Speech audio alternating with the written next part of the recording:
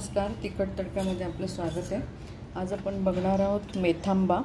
तर इथे मी एक कैरी घेतली आहे, हे राजापुरी कैरी आहे, काही का फक्त डाग लागलेला आहे। तर आपण ह्याची सालं काढून घेऊया पहिले।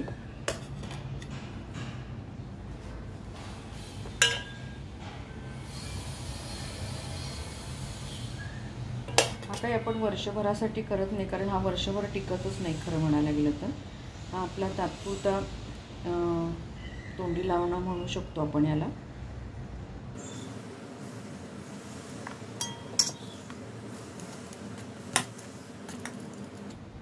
आपण पहिले सालं काढून घेऊया।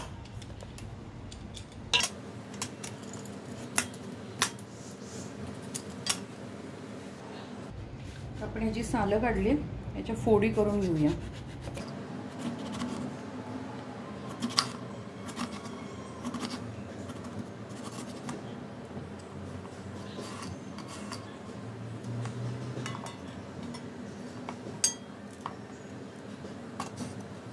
लांबट पण ठेवू शकता किंवा अशा छोट्या छोट्या केल्या तरी चालतील, तुम्हाला आवडेल त्याप्रमाणे तुम्ही करा।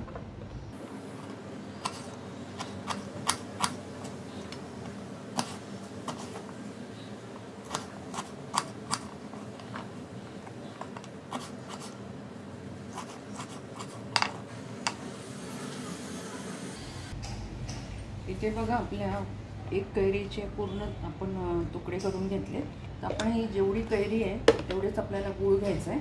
तर मी मोजून घेते कैरी किती आहे।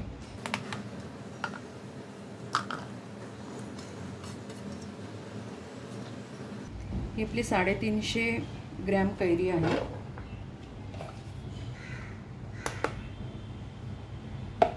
आपण 350 गूळ घेणार आहोत।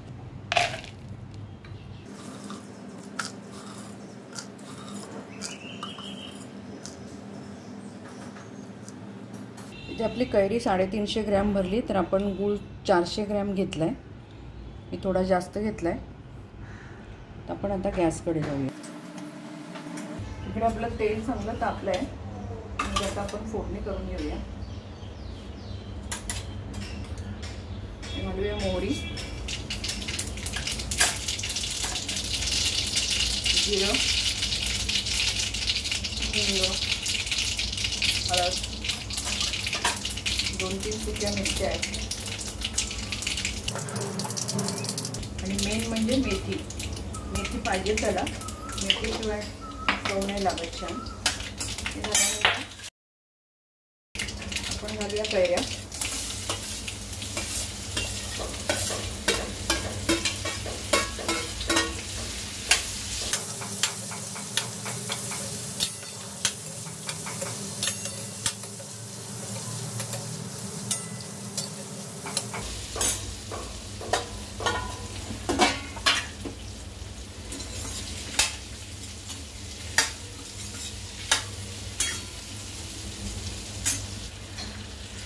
घालूया मीठ,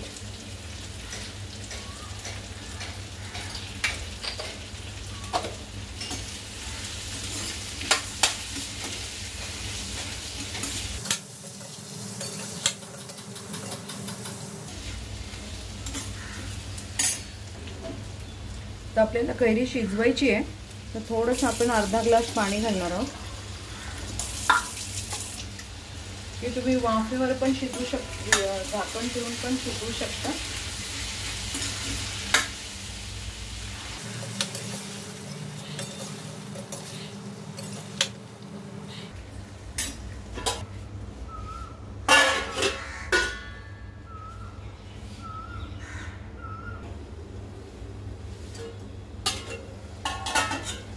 आपली छान वाफ आली आहे, तर आपण यामध्ये घालूया, आवडत असेल तर 1 चमचा लाल तिखट,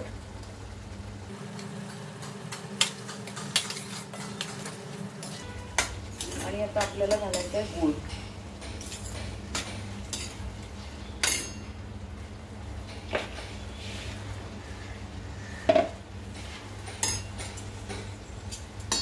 हा गूळ जसा विरघळेल तशी आपली कैरी पण थोडी शिजून जाईल।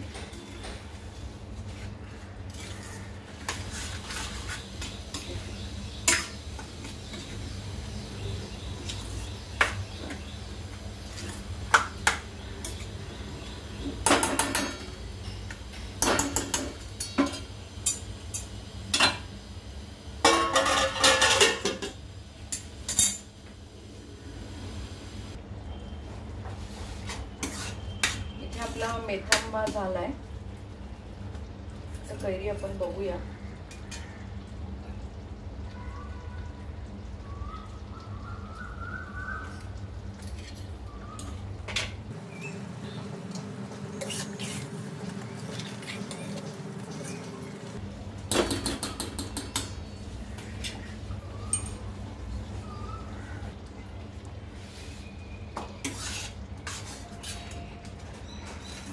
इथे चटपटीत एकदम मेथांबा तयार झालेला आहे. गॅस बंद करूया आणि तो काढून घेऊया.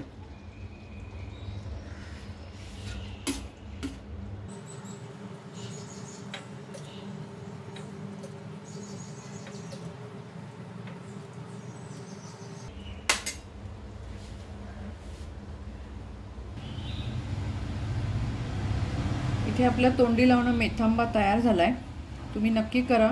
तुमचा अभिप्राय आम्हाला कळवा. तसंच आमच्या चॅनलला अजूनपर्यंत लाईक केलं नसेल तर लाईक करा, शेअर करा, सबस्क्राईब करा. परत आपण भेटू अशाच एका छानशा रेसिपी बरोबर. धन्यवाद.